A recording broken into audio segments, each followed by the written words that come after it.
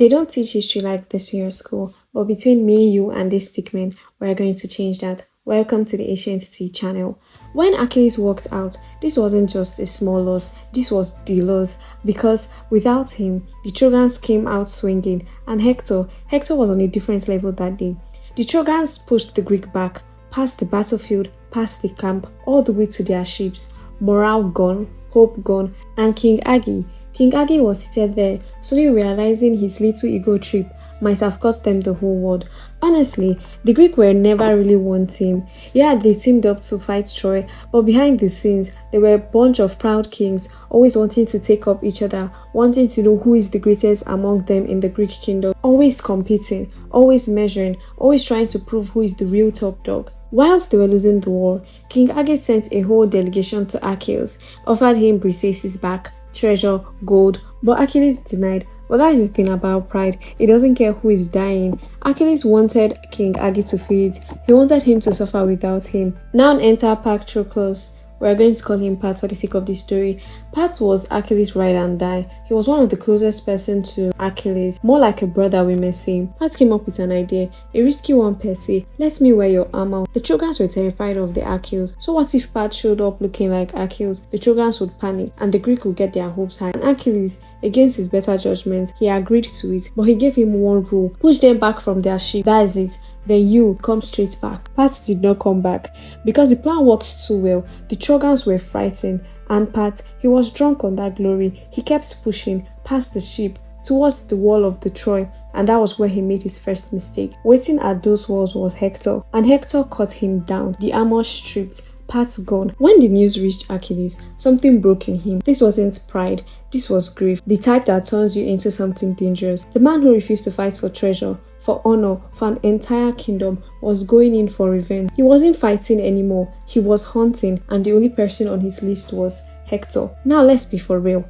Hector was one of the realest in the entire story, the voice of reasoning, the good son, the brother who told Paris to give Helen back from day one. But none of that mattered now, because everybody knew what was coming. Achilles versus Hector, the duel of the century. At first, Hector stood his ground, then reality kicked in. He ran. The two men circled Troy before finally fighting. But once Achilles caught him, it was over. He died. The greatest defender of Troy was gone. But then came one of the most emotional moments in the story. King Priam secretly entered the Greek camp, walked into Achilles' tent, and begged him for his son's body, agreed to give Hector back his body. Now you guys, let's call it speedy speed. We knew if it was King Aggie, King Priam went to beg. King Aggie is definitely not giving him the body. And you did think Hector's death would have ended the war. It didn't. The war kept on going. The Troy was wounded, but the Troy was still standing. And then the impossible happened. Achilles died. Remember Paris, loverboy Paris, the one who started all this and barely lifted a sword the entire time? Yes, he was the one that killed Achilles. One arrow straight to the knee.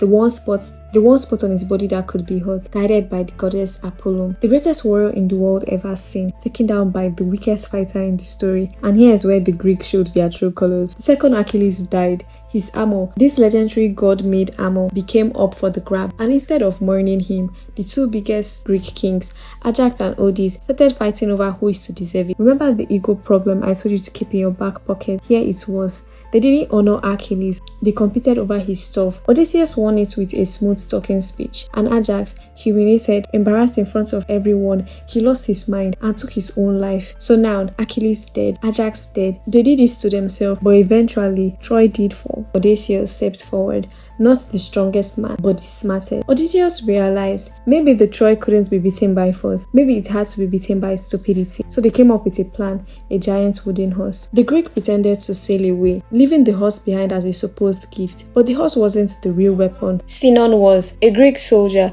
deliberately left behind. When the Trojans found him, he told them exactly what they wanted to hear, that the war was over, that the horse was sacred, bringing it into Troy would bring blessings. Basically, he sold them the biggest scam in the ancient history, and somehow it worked. Well, not on everyone, because Cassandra saw exactly what happened. She warned them, don't bring it inside. Nobody listened. She warned them again, burn it. Nobody listened. Again and again, she screamed, we're all going to die. And once again, no one listened. So the horse entered Troy. Night came. The city celebrated. Everyone went to sleep. The soldiers inside the horse climbed out, opened the gate. The Greek army returned, and Troy burned. After 10 years, the Trojan War was finally over, and in the end, everybody lost something. The Trojans lost their city, Priam lost his kingdom, Hector lost his life, Achilles lost his future as the greatest warrior, Ajax lost his mind and ended up killing himself, and Odysseus, he spent another 10 years suffering before he finally got home, and King Achilles, he was killed by his angry wife, who plotted his death from the moment he killed their daughter. But here's the part they don't really teach in school. What if Helen wasn't in Troy? Some ancient writers, Herodotus, claimed that the real Helen was never there in the first place. Instead, she spent the entire war safely in Egypt, while Troy and Greece fought over a platinum version created by the god, meaning cities burnt, hero dies, thousands perished, and a 10 years war happened over someone who was never there, and that's the ancient tea.